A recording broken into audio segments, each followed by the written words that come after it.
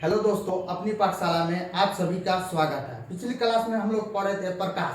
प्रकाश क्या है, प्रकाश स्रोत क्या है, किरण क्या है और किरण पुंज क्या है। आज के क्लास में हम लोग प्रकाशीय माध्यम पढ़ेंगे। आइए और हम लोग पढ़ते हैं प्रकाशीय माध्यम का। यह एक ऐसा क्षेत्र होता है जहां से प्रकाश की किरणें निकल कर हमारे आंखों तक पहुंचती है, उसी को हम प्रकाशीय माध्यम कहते हैं। बहुत सरल है। एक ऐसा क्षेत्र होता है जहां से प्रकाश की किरणें निकलकर हमारी आंखों तक पहुंचती है, उसी को हम प्रकाशीय क्षेत्र माध्यम कहते हैं। जैसे हवा, पानी, कांच और हीरा। एग्जाम्पल में आप लोग लिख लीजिए, हवा, पानी, कांच और हीरा आदि। हो गया, हम लोग समझ गए प्रकाशीय माध्यम किसे कहते हैं। अब आते हैं प्रकाशीय माध्यम के प्रकार के बारे में जानते हैं। प्रकाशीय माध्यम दो प्रकार के होते हैं, एक समांगी माध्यम और एक विषमांगी माध्यम।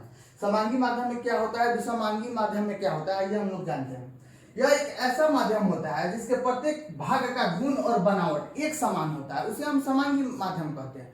जिसके प्रत्येक भाग का गुण और बनावट एक समान हो उसे हम समांगी माध्यम कहते हैं। जैसे जल और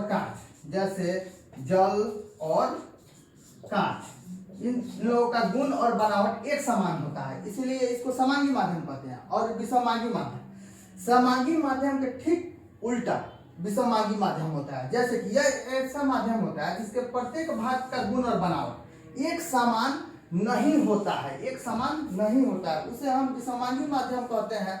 जिसके गुण का और बनावट एक समान ना हो उसे हम विषमांगी माध्यम कहते हैं। जैसे गर्म और ठंडी हवा का मिश्रण, जैसे एग्जाम्पल में गर्म और ठंडी हवा का मिश्रण आदि। प्रकाश के गमन के आधार पर पदार्थ तीन प्रकार के होते हैं। अगर आपसे पूछ दिया जाए कि प्रकाश के गमन के आधार पर प्रकाश कितने प्रकार के होते हैं, तो प्रकाश के गमन के आधार पर प्रकाश तीन प्रकार के होते हैं। कौन कौन? पारदर्शी पदार्थ, अपारदर्शी पदार्थ और पारभासी पदार्थ। आइए इनके परिभाषा के बारे में हम लोग जानते हैं। पारदर्शी पदार्थ वैसे पदार्थ जिनसे प्रकाश की किरणें पूर्णतः आर पार कर जाती हो, उसे हम लोग पारदर्शी पदार्थ कहते हैं।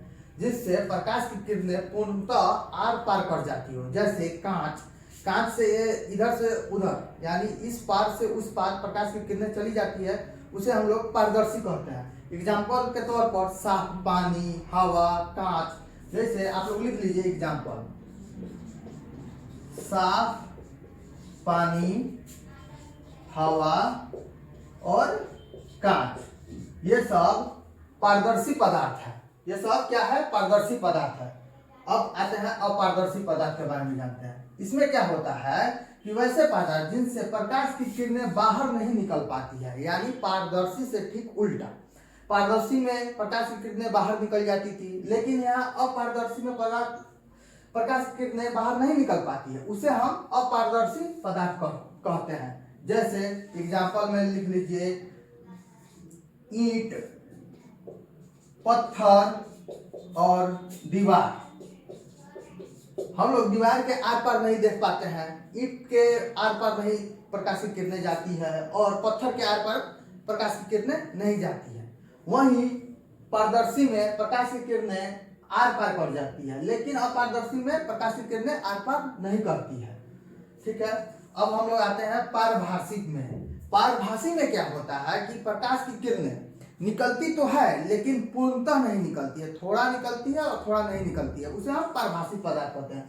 जैसे वैसे पदार्थ जिनसे प्रकाश की किरणें बहुत कम निकलती है, यानी निकलती है लेकिन बहुत कम निकलती है, उसे हम पारभासी पदार्थ कहते हैं। एग्जाम्पल में आप लोग देख लीजिए, जैसे तेल लगा हुआ पेपर और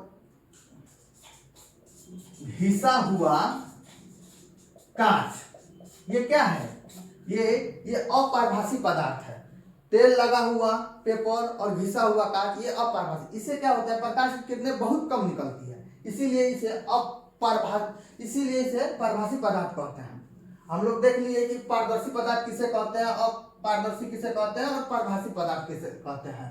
पारदर्शी में क्या होता है, प्रकाश की किरणें पूर्णतः पार निकल जाती है, अपारदर्शी में प्रकाश की किरणें नहीं निकलती है, और पारभासी पदार्थ में प्रकाश की किरणें बहुत कम निकलती है, इसीलिए इसे अपारभासी पदार्थ कहते हैं। आइए अब हम लोग छाया पढ़ते हैं। छाया किसे कहते हैं? छाया किसे कहा जाता है? जब प्रकाश के गमन पथ पर किसी अपारदर्शी वस्तु को रख दिया जाता है। जब प्रकाश के गमन पथ पर किसी अपारदर्शी वस्तु को रख दिया जाता है तो प्रकाश की किरणें उसे पार नहीं कर पाती है।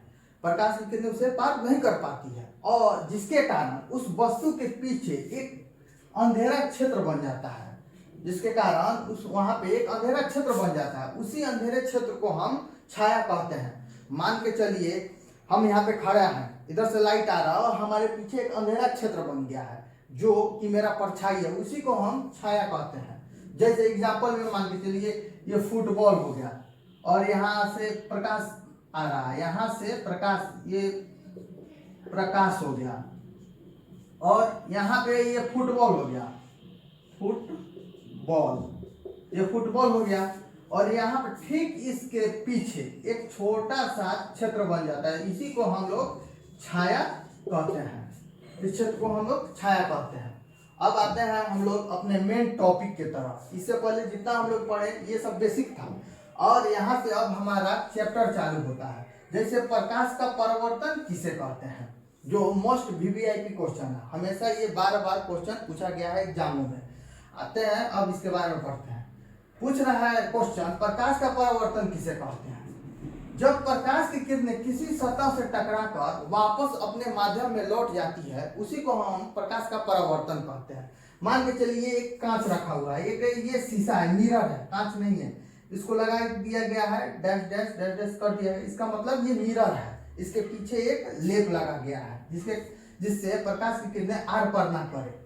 यहाँ पे टॉर्च लगाया गया है और यहाँ से प्रकाश दिया जा रहा है इस पे, और यहाँ से ये रिफ्लेक्ट होके ऊपर की तरफ चल जा रही है, यानी इसको आर पार न करके यहाँ से फिर रिफ्लेक्ट होके ऊपर की तरफ लौट जा रही है। इसी घटनाक्रम को हम लोग प्रकाश का परावर्तन कहते हैं।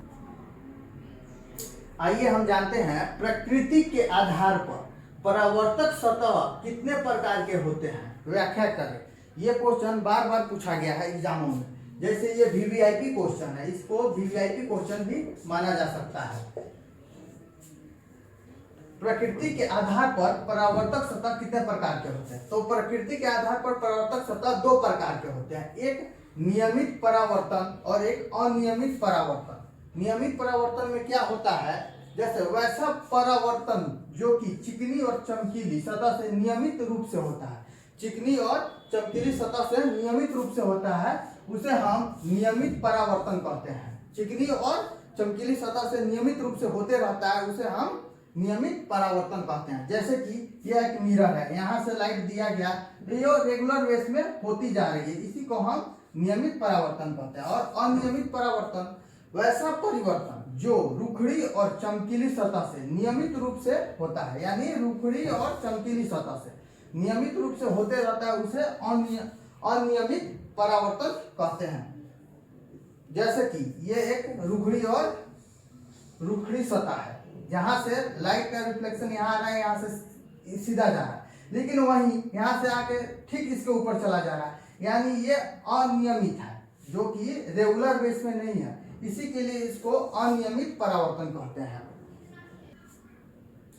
परावर्तक सतह किसे कहते हैं, आइए हम जानते हैं। जिस सतह पर प्रकाश की किरणें आकर अपनी ही माध्यम में वापस लौट जाती है, उसी को हम परावर्तक सतह कहते हैं। जैसे कि मिरर होता है, वहां पे अगर प्रकाश डाला जाए तो फिर वो वापस चली जाती है, ना कि नीचे जाती है, इसी को हम परावर्तक सतह कहते हैं। जैसे कि ये मिरर हो गया, जो ये एक मिरर हो गया, और यहाँ से प्रकाश आ रही है और वापस चली जा रही है, लेकिन जहाँ से जा रही है ये ही क्षेत्र है, इसी क्षेत्र को ही हम परावर्तक सतह कहते हैं, इसी मिरर को ही हम परावर्तक सतह कहते हैं।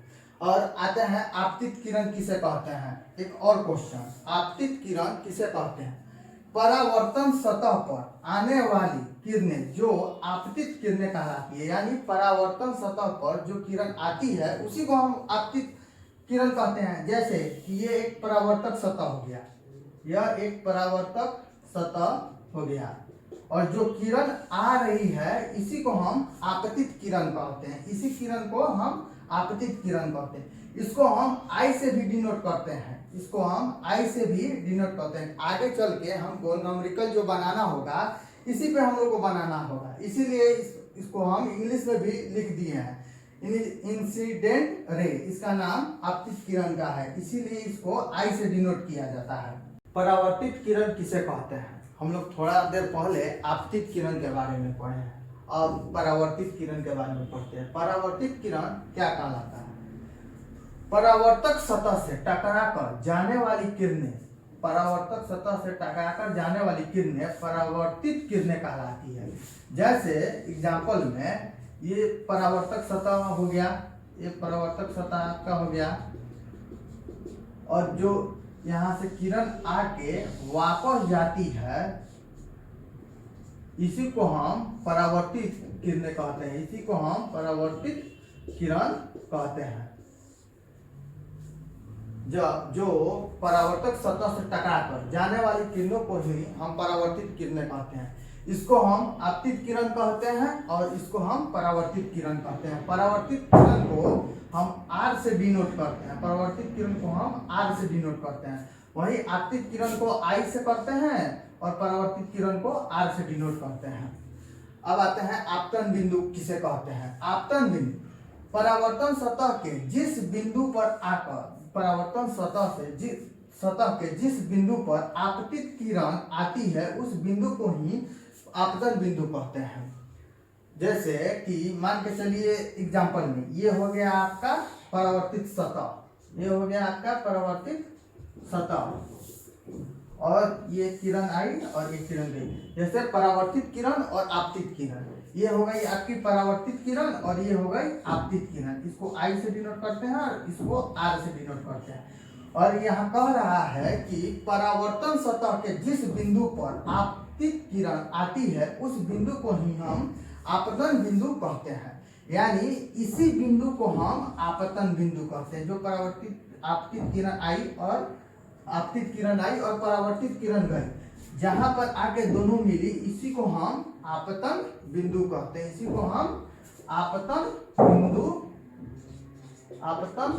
बिंदु कहते हैं, इसको हम आपतन बिंदु कहते हैं। ये सिंबल याद करना बहुत जरूरी है, आई और आर, काहे से कि आगे चलकर न्यूमेरिकल बनाते समय हमको परावर्तित और आपतित किरण के बारे में ना जानकर आई और आर से इसको डिनोट करके हम लोग को पढ़ना होगा, जिससे कि न्यूमेरिकल बनाने में आसानी होगी।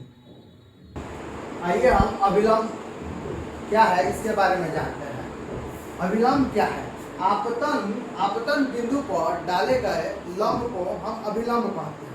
ये अभिलंब, इस डायग्राम में हम अभिलंब को कैसे जानेंगे? ये परावर्तन सतह हो गया, ये परावर्तक सतह हो गया। ये जो किरण आ रही है इस किरण को आपतित किरण कहते हैं, और ये जो जा रही है किरण इसको परावर्तित किरण कहते हैं, ये तो हम जानते हैं। और अभिलंब जो ऊपर से जो आकर आप जो परावर्तक सतह पर मिलती है उसी को हम अभिलंब कहते हैं, इसी को हम अभिलंब कहते हैं। अब आते हैं आपतन कोण किसे कहते हैं, इसके बारे में जानते हैं। आपतन कोण क्या है? आपतित किरण और अभिलंब के बीच बनने आपतित किरण और अभिलंब के बीच बनने वाली कोण को हम आपतन कोण कहते हैं। आपतन कोण क्या है आइए हम बताते हैं। आपतन कोण जैसे परावर्तित सतह हो गया, ये तो परावर्तित सतह हो गया, और ये आपतित किरण हो गया, और ये परावर्तित किरण हो गया, और ये अभिलंब हो गया। लेकिन अभिलंब और आपतित किरण के बीच जो बनने वाली कोण है इसी को हम आपतन कोण कहते हैं। अभिलंब और आपतित किरण के बीच बनने वाली कोण को ही हम अभिलंब कहते हैं। आइए इसको हम डार्क कर देते हैं, इससे ज्यादा समझ में आएगा। इसी कोण को हम आपतन कोण कहते हैं। परावर्तन कोण किसे कहते हैं? हमने अभी थोड़ा देर पहले पढ़ा था कि आपतन कोण किसे कहते हैं, लेकिन इसमें परावर्तन कोण पूछ रहा है। तो परावर्तन कोण किसे कहते हैं? परावर्तित किरण और अभिलंब के बीच, परावर्तित किरण और अभिलंब के बीच बनने वाली कोण को ही हम परावर्तन कोण कहते हैं। और आइए हम डायग्राम के माध्यम से समझते हैं कि परावर्तन कोण है क्या। ये तो आपका आपतित किरण हो गया, ये परावर्तित किरण हो गया, लेकिन परावर्तित किरण और अभिलंब के बीच जो बनने वाली कोण होती है इसी को हम परावर्तन कोण कहते हैं, इसी को हम परावर्तन कोण कहते हैं। और इस कोण को हम आपतन कोण कहते हैं, जो थोड़ी देर पहले हमने इसको पढ़ा था। और आगे पढ़ते हैं, प्रकाश के परावर्तन के कितने नियम। ये क्वेश्चन VVI क्वेश्चन है जो एग्जाम में बार बार पूछा गया है कि प्रकाश के परावर्तन के कितने नियम है। तो प्रकाश के परावर्तन के 2 नियम है। तो प्रकाश के परावर्तन का नियम पढ़ रहे हैं। प्रकाश का परावर्तन का 2 नियम होता है। पहला नियम के अनुसार आपतित किरण, यानी आपतित किरण और परावर्तित किरण और अपने आपतन बिंदु पर डाला गया लंब तीनों एक ही तल में होता है, यानी तीनों एक ही तल में होता है। इसको हम प्रकाश का परावर्तन का पहला नियम कहते हैं। जैसे हम डायग्राम के माध्यम से समझ सकते हैं, ये तो आपतित किरण हो गया, ये परावर्तित किरण हो गया, ये अभिलंब हो गया, यानी तीनों एक ही तल में होता है। इसी को हम प्रकाश का परावर्तन का पहला नियम कहते हैं। और दूसरा नियम क्या कहता है, आइए हम जानते हैं। दूसरे नियम के अनुसार आपतन कोण और परावर्तन कोण के बराबर होता है। दूसरे नियम के अनुसार आपतन कोण और परावर्तन कोण दोनों एक समान होता है। जैसे कि ये डायग्राम के हिसाब से हम समझते हैं, ये तो आपका हो गया आपतित किरण, ये हो गया परावर्तित किरण, यानी इसमें कह रहा है कि आपतन कोण और परावर्तन कोण दोनों बराबर। आपतन कोण किसे कहते हैं, परावर्तन कोण किसे कहते हैं। इस कोण को हम आपतन कोण कहते हैं, इसको हम परावर्तन कोण कहते हैं। जैसे इस कोण को हम आपतन कोण तथा इस कोण को हम परावर्तन कोण कहते हैं। इस नियम के अनुसार ये बोल रहा है कि आपतन कोण और परावर्तन कोण दोनों बराबर एक समान होता है। जैसे मान के चलिए, अगर ये कोण का मान, अगर इस कोण का मान 45 डिग्री है तो इस कोण का भी मान 45 डिग्री होगा। अगर इस कोण का मान 50 डिग्री है तो इसका भी मान 50 डिग्री है। यानी कहने का मतलब कि दोनों कोणों का मान बराबर होता है। यही ये प्रकाश का परावर्तन का दूसरा नियम कहता है। विचलन कोण किसे कहते हैं? विचलन कोण किसे कहते हैं? आपतित किरण के बढ़ाए गए भाग से परिवर्तित किरण तक जो कोण बनता है, यानी परिवर्तित किरण तक जो कोण बनता है उसे ही हम विचलन कोण कहते हैं। यानी आपतित किरण के बढ़ाए गए भाग से परिवर्तित किरण तक जो कोण बनता है उसे हम विचलन कोण कहते हैं। विचलन कोण को हम डेल से भी संबोधित करते हैं। इसको हम डेल बोलते हैं। डेल से भी इसको हम इंडिकेट करते हैं। ये आगे चल के न्यूमेरिकल बनाते समय हमको यही सिंबल देना है, ना कि हमको विचलित कोण लिखना है। अगर हम ये डेल का सिंबल दे देते हैं तो इसका मान विचलित कोण ही माना जाता है। यह 2 तरीकों से बनता है, एक घड़ी की दिशा में और एक घड़ी की विपरीत दिशा में। इसका फॉर्मूला क्या होता है? घड़ी की दिशा में क्या फॉर्मूला होता है कि 180 डिग्री माइनस 2i, इसका घड़ी की दिशा में का कोण हो गया।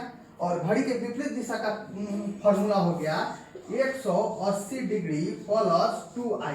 यानी इसी फार्मूला पर हम आगे जितनी भी न्यूमेरिकल होगी इस चैप्टर से रिलेटेड वो बनाएंगे। जहाँ तक हम लोग पढ़े हैं, यहाँ तक कि कुछ न्यूमेरिकल जो एग्जाम में पूछे जाता है उस न्यूमेरिकल को हम इसी फार्मूला के बेस पर बनाएंगे। और हम आगे क्या इसके बारे में क्या पढ़ते हैं, क्या पढ़े हैं, इसके बारे में फार्मूला डालकर कैसे क्वेश्चन बनेगा इसको हम देखते हैं। विचलन कोण से संबंधित ये कुछ न्यूमेरिकल क्वेश्चन है, इसको आप लोग को बनाना है और बना के सॉल्व कीजिए। देखिए जो हमने पढ़ाया उस पर ये है कि नहीं। और यही क्वेश्चन आने वाली कॉम्पिटिटिव एग्जाम में ठीक इसी पैटर्न पर पूछी जाती है। और इस क्वेश्चन को आप लोग हल करके बताइए कि ये क्वेश्चन आप लोगों से हल होता है कि नहीं। और हम इस क्वेश्चन का तो आंसर बताएंगे ही, लेकिन आप लोग अपने से प्रयास कीजिए कि ये क्वेश्चन आप लोगों से बन पाता है कि नहीं। हम कुछ देर पहले आपको एक फॉर्मूला बताए थे कि ये विचलन कोण से कैसे इसको निकाला कैसे जाएगा, विचलन कोण का मान कैसे निकाला जाता है। तो एक फॉर्मूला आपको बताए थे कि एक फॉर्मूला हम आपको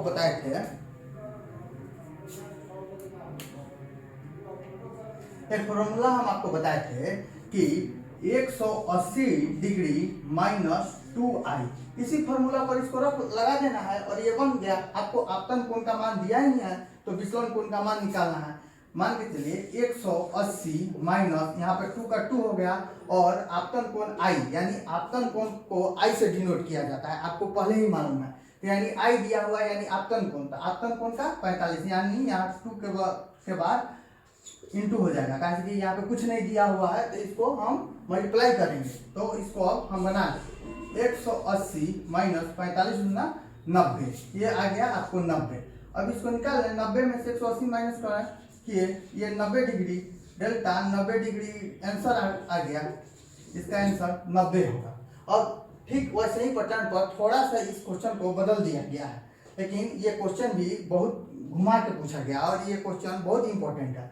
इसको आप लोग बना के देखिए, बस यही थोड़ा सा अंतर है, यहाँ पे दिया हुआ है और इस पे आपको बना। आपतित किरण और परावर्तित सतह से 55 डिग्री कोण पर आती है तो बताएं कि आप आपतन कोण और विचलन कोण का मान क्या होगा। यानी आपको आपतन कोण और विचलन कोण का मान निकालना है, यानी आपतन कोण पहले निकालना होगा तब विचलन कोण। आपको एक डायग्राम बताते हैं, ये तो आपका सतह हो गया, ये आपतित किरण और ये परावर्तित किरण, ये आपका अभिलंब हो गया। अब आप जानिए कि हमसे पूछ क्या रहा है, आपतन कोण, यानी इस आपतन कोण का मान पूछ रहा है। यानी ये तो 90 डिग्री का होता है, ये तो 90 डिग्री होता है, ये तो सब कुछ जानते हैं कि इसको हम 90 डिग्री मानते हैं, इसको हम 90 डिग्री मानते हैं। ये पूछ रहा है कि आपतित किरण और परावर्तित सतह से 55 डिग्री कोण पर आती है तो बताएं कि आपतन कोण और विचलन कोण का मान क्या होगा। तो यहाँ पे 90 डिग्री है तो आपतन कोण निकालना है, तो इस 90 से आप माइनस कर दीजिए 55, आपको कितना आ गया, निकाले 55 किए तो आपको 5 और ये आपको हो जाएगा 3, 35 होगा, 35 ये डिग्री निकल के आ रही है। अब इसको आपका आपतन कोण तो निकल गया, अब वही फॉर्मूला पर इसको बैठा देना है, यानी 180 डिग्री माइनस 2i, इसी फॉर्मूला पर इसको पुट करके आंसर आ जाएगा, यानी 180 माइनस 2 इंटू 35। अब इसको हम बना दें 70। अब इसको हम लिख सकते हैं डेल 180 में 70 गया यानी 110, यानी 110 डिग्री, डेल 110 डिग्री आपका फाइनल आंसर आ गया। अगर क्लास अच्छा लगा हो तो कृपया इस वीडियो को लाइक और सब्सक्राइब कर दें। अगर क्लास बहुत अच्छा लगा हो तो अपने दोस्तों के साथ शेयर करें। ठीक है, धन्यवाद।